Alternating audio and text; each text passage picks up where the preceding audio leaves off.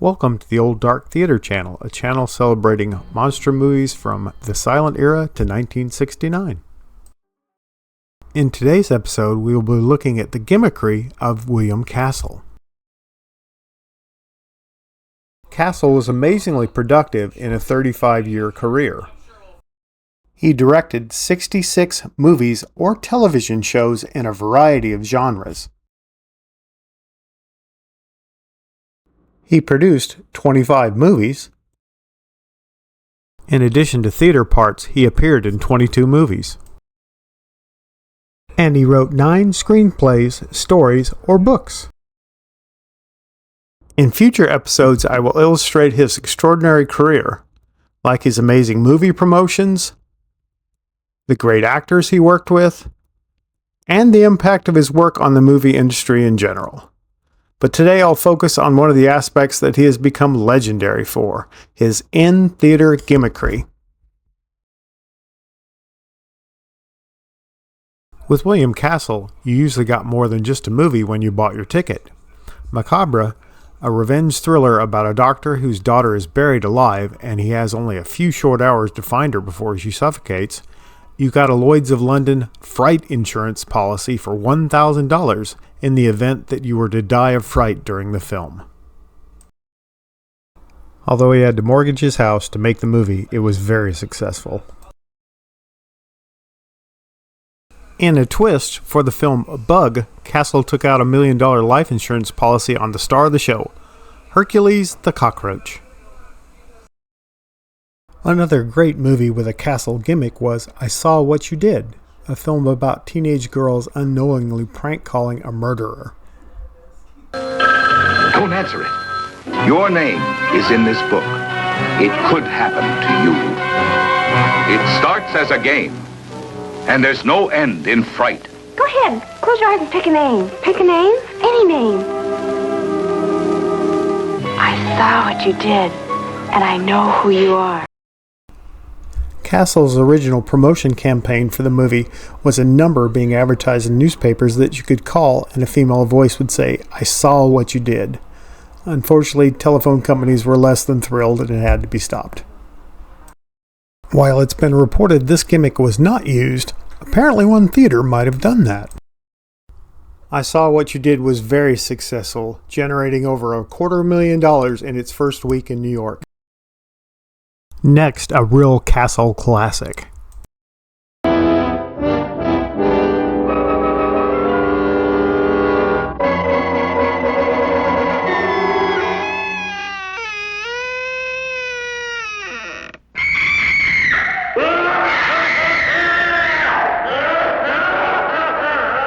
I'm Vincent Price, and you're invited to my party in the house on Haunted Hill.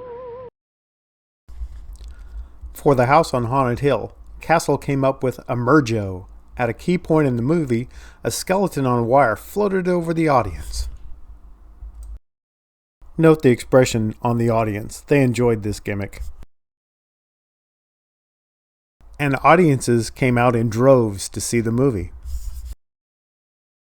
Castle also got free advertisement for Emergo in magazines like Forbes and Life.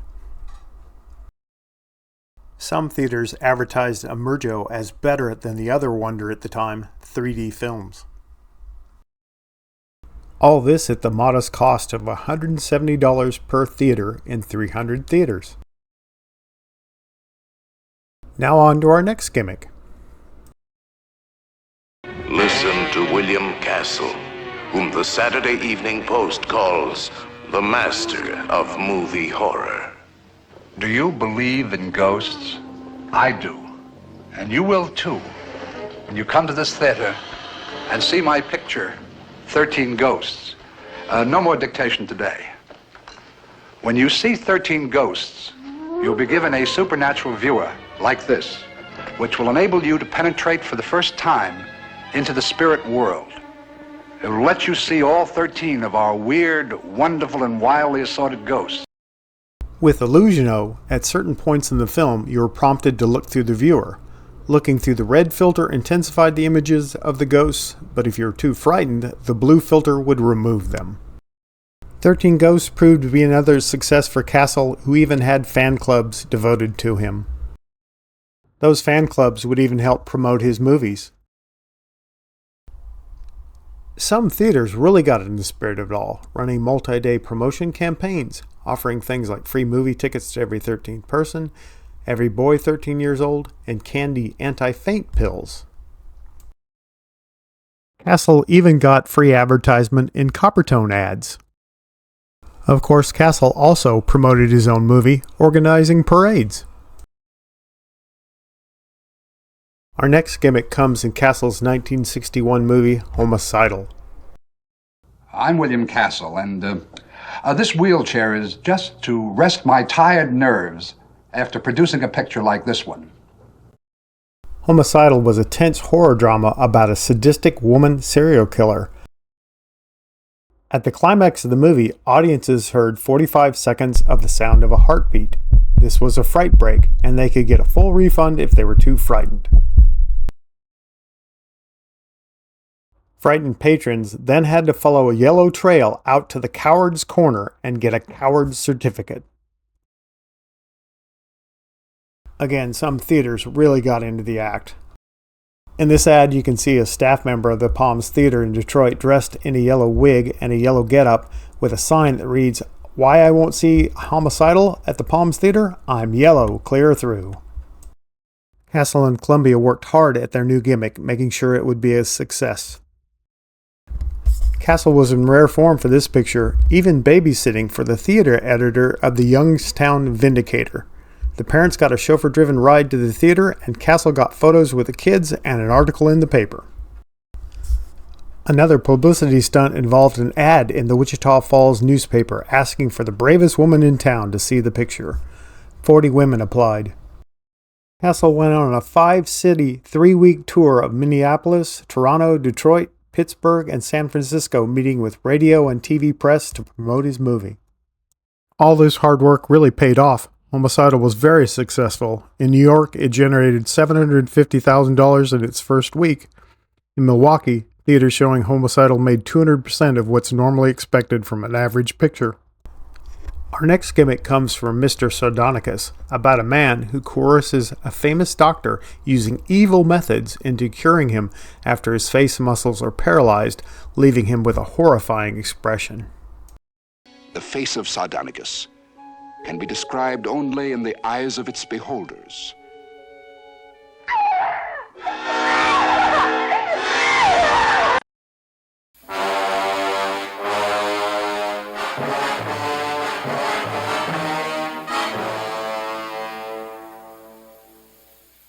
For years, I have searched for a unique way whereby a motion picture audience can actually decide the climax of a picture. I have found such a way. My latest picture, Mr. Sardonicus, offers something no audience has ever had before: the power to determine the fate of a character on the screen, the power to punish. Castle was in good form for this gimmick. The following things are from the Columbia Press book, which was sent to theaters showing Mr. Sardonicus to get that Castle style of showmanship. A terror test which suggested the use of a mannequin with features labeled like rubber legs and chicken heart, and a sign saying, "We challenge you to see William Castle's Mr. Sardonicus and not exhibit the fears here." Street Ballet, which was a man dressed in a 19th century costume carrying a sign which read things like, "I am Sardonicus, man of mystery." How to get your local William Castle fan club involved in things like handing out handbills for the movie. How to build the activator booth to activate the free glow-in-the-dark poll cards.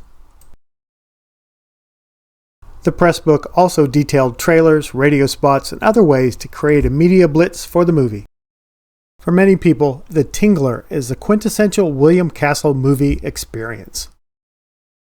I'm William Castle, and I feel obligated to warn you about the next attraction you will see at this theater.